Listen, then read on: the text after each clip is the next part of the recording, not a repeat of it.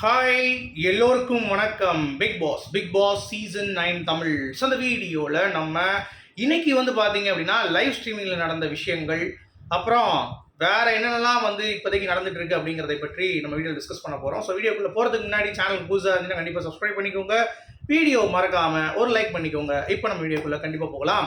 So big boss season 9 Tamil ரொம்ப இன்ட்ரெஸ்டிங்காக ஒரு பக்கம் போனாலும் இன்னொரு பக்கம் பார்த்தீங்கன்னா என்னடா பண்ணிட்டு இருக்கீங்க அப்படின்ற மாதிரி பிக் பாஸே ப்ரொமோ ஒன்ல காரை துப்பிட்டாரு துஷாரை. ஏன்னா துஷாரே பார்த்தீங்கன்னா கேப்டன்ஷிப்பை பார்க்காம பிக் பாஸ் ஹவுஸுக்கு சொம்பு தூக்கிட்டு இருக்கான் அப்படிங்கிறது ஒரு பக்கம். இன்னொரு பக்கம் நடுநிலையா எப்பயுமே இல்லை, ஃபுல்லாக பிக் பாஸ் ஹவுஸ்க்கே போயிட்டு பார்வதியை எல்லாம் திட்டிகிட்டே கிடந்தான். அவளுடைய உண்மைத்தன்மை என்ன, அவருடைய ஃபேஸ் பண்ணுற ப்ராப்ளம் என்ன அப்படிங்கிறத அவன் கண்டுக்கவே இல்லை. இன்னொன்று, இந்த luxury house and Bigg Boss ஹவுஸுக்கு அவ்வளோ இஷ்யூ இருக்கும்போது லக்ஸரி ஹவுஸ் தாண்டா அப்படின்ற மாதிரி அவன் சொல்லி புரிய வச்சிருக்கணும். அதுவும் அவனுக்கு வக்கு இல்லை.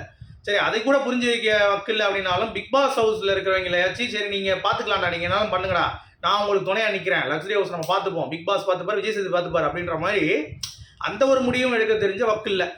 இவனுக்கு என்ன வக்கு அப்படின்னா, அரோரா கிட்ட போய் உட்காந்துக்கிட்டு அவன் கன்னத்தில் கிஸ் பண்ணுறது, கட்டி பிடிக்கிறது, தொடைய தடவுறது, இது மட்டும்தான் அவனுக்கு பார்த்தீங்கன்னா சும்மா கிருட்டுன்னு இருக்குது. ஓகே, இது ஒரு பக்கம் இருக்குது. அதனால் பிக் பாஸ் என்ன பண்ணார், எலிமினேட் பண்ணிட்டார் அப்படிங்கிறது நம்ம எல்லாம் பார்த்துட்டோம். ஓகே, அது மட்டும் இல்லாமல் நீங்கள் நல்லா கவனிச்சிங்கன்னா ஒன்று தெரியும், இந்த துஷார் அப்படின்றவன் ஒன்றுத்துக்கு லாய்க்கு இல்லை, ஃப்ரைட் ரைஸ் போடுறது கூட லாய்க்கு இல்லை.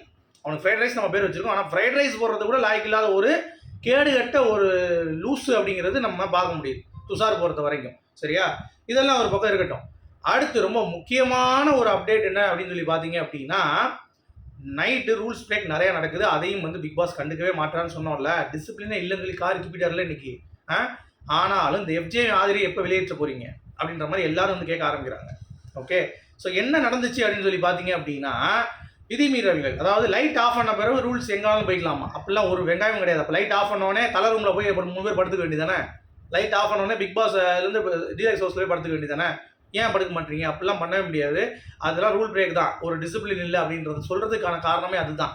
ஓகே, அது மட்டும் இல்லாமல் இந்த எஃப்ஜே ஆதிரெல்லாம் பார்த்தீங்கன்னா அடிக்கடி ரூல்ஸ் பிரேக்கில் இருக்காங்க. அவள் டீலக்ஸ் ஹவுஸில் இல்லாமல் இல்லை, full and full Bigg Boss ஹவுஸாக இருக்கா. பிக் பாஸ் அதை பற்றி ஒரு வார்த்தை கூட இது பண்ணல. இப்போ பேசியிருக்காருல, இனிமேலாச்சும் அந்த ஆதிரைக்கு புத்தி வருதா அப்படிங்கிறத நம்ம பொறுத்திருந்து தான் பார்க்கணும். ஓகே, அது மட்டும் இல்லாமல் ஆதிரையும் எஃப்ஜேவும் நேற்று பார்த்தீங்கன்னா இந்த கானா வினோத் அப்படி பெர்ஃபார்ம் பண்ணிட்டு இருக்காரு. ஒரு பக்கம் அரோரா என்னடானா அவன் ஜட்டிக்குள்ளே கை விடுறான், துஷாரோட ஜட்டிக்குள்ளே. இன்னொரு சைடு பார்த்தீங்கன்னா இவன் நம்ம கானா வினோத் பேசிகிட்டு இருக்கும்போது ஆடிக்கிறப்போ இவன் பெர்ஃபார்ம் பண்ணும்போது அவன் இப்படியே பார்த்துக்கிட்டு அவனை இப்படி கிள்றதும் அப்படியே பிடிக்கிறதும் அப்படியே ரசிக்கிறதும் அப்படின்ற மாதிரி இருந்தாலும் கூப்பிட்டு வச்சு வெளியே, ஏய் நீ பெர்ஃபார்ம் பண்ணுறது பார்த்தா உன்னுடைய பாடியும் உன்னுடைய ஆட்டிடியூடும் ரொம்ப சூப்பராக இருந்துச்சுடா அப்படின்றா. உடனே எஸ் இதோட நான் கேவலமாக பண்ணுவேன் அப்படின்ற மாதிரி அவன் அதுக்கு மேலே ஒரு கேடு கேட்டவன். இதுவே பாதி தான். அதுவே குரங்கு மாதிரி தான் இருந்தது. இன்னும் பயங்கரமாக பண்ணனா அவன் பைத்தியக்காரன் சொல்லிடுவோம், அவனே ஒத்துக்கிட்டான், நான் பைத்தியம் மாதிரி தான் இருப்பேன் அப்படின்னு சொல்லிட்டு. உடனே அவன் சொல்கிறா, அப்படியாடா எனக்கு அதை பார்க்கணும்.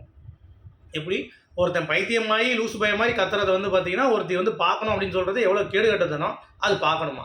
சரி பார்க்கணும், என்ன பண்ணணும் அப்படின்னு சொல்லி கேட்குறா.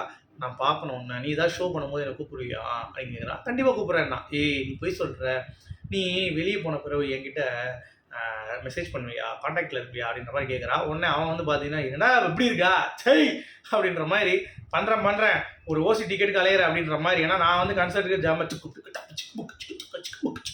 அப்படின்னு சொல்லிட்டு இருப்பேன். நீ ஓசியை பார்த்தீங்கன்னா அதை பெர்ஃபார்ம் பண்ணிட்டு பார்த்துட்டு போயிட்டு ஓசியை திண்டு போகலான்னு பார்க்குறியா அப்படின்ற மாதிரி அவன் பார்த்தீங்கன்னா மைண்டில் யோசிச்சிருப்பேன்.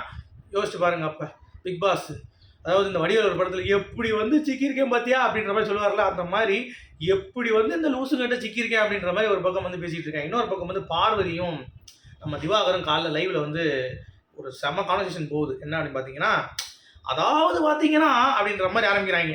சரியா, அதில் நிறைய விஷயங்கள் பேசுகிறாங்க, பயங்கரமாக பேசுகிறாங்க.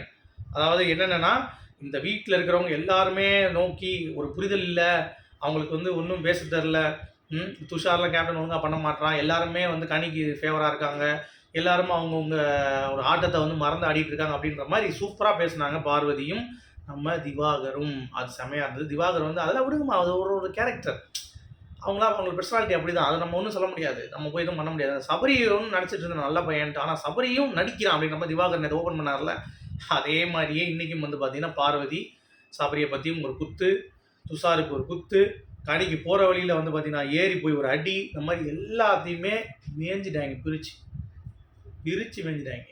ஸோ ஆக மொத்தம் இந்த பிக் பாஸ் வந்து சோலி முடிஞ்சு அப்படின்ற மாதிரி பிக் பாஸ் வந்து பண்ணதுக்கான காரணமே இந்த பார்வதியும் திவாகரும் பண்ண கிருட்டு மூமெண்ட் தான் அப்படிங்கிறத நீங்கள் புரிந்து கொள்ள வேண்டும். ஸோ டிடிஎஃப்ல அதாவது இப்போ முதல் டாஸ்கில் வந்து பார்த்தீங்கன்னா யார் வின் பண்ணியிருக்காங்கன்னா அப்சரா அப்படின்ற தகவல் வந்திருக்கு. ஸோ நீங்கள் என்ன நினைக்கிறீங்க? அப்சரா வின் பண்ணி பிக் பாஸ் ஹவுஸே உட்காந்து இந்த கிராண்ட் டின்னர் சாப்பிடும் பொழுது எப்படி இருக்கும் அப்படிங்கிறத கீழே கமெண்ட் செக்ஷனில் சொல்லுங்கள். டேய் பிக் பாஸ் நல்லா பண்ணுறாரு இல்லை நீ நல்லா பண்ணுறான்னு சொல்லி நீங்கள் கேட்குறீங்களா? வேறு என்ன பண்ணுறது, அட்லீஸ்ட் நானாச்சும் நல்லா பண்ணுறேன்னு சொல்லிட்டு இந்த வீடியோ நான் முடிக்கிறேன்.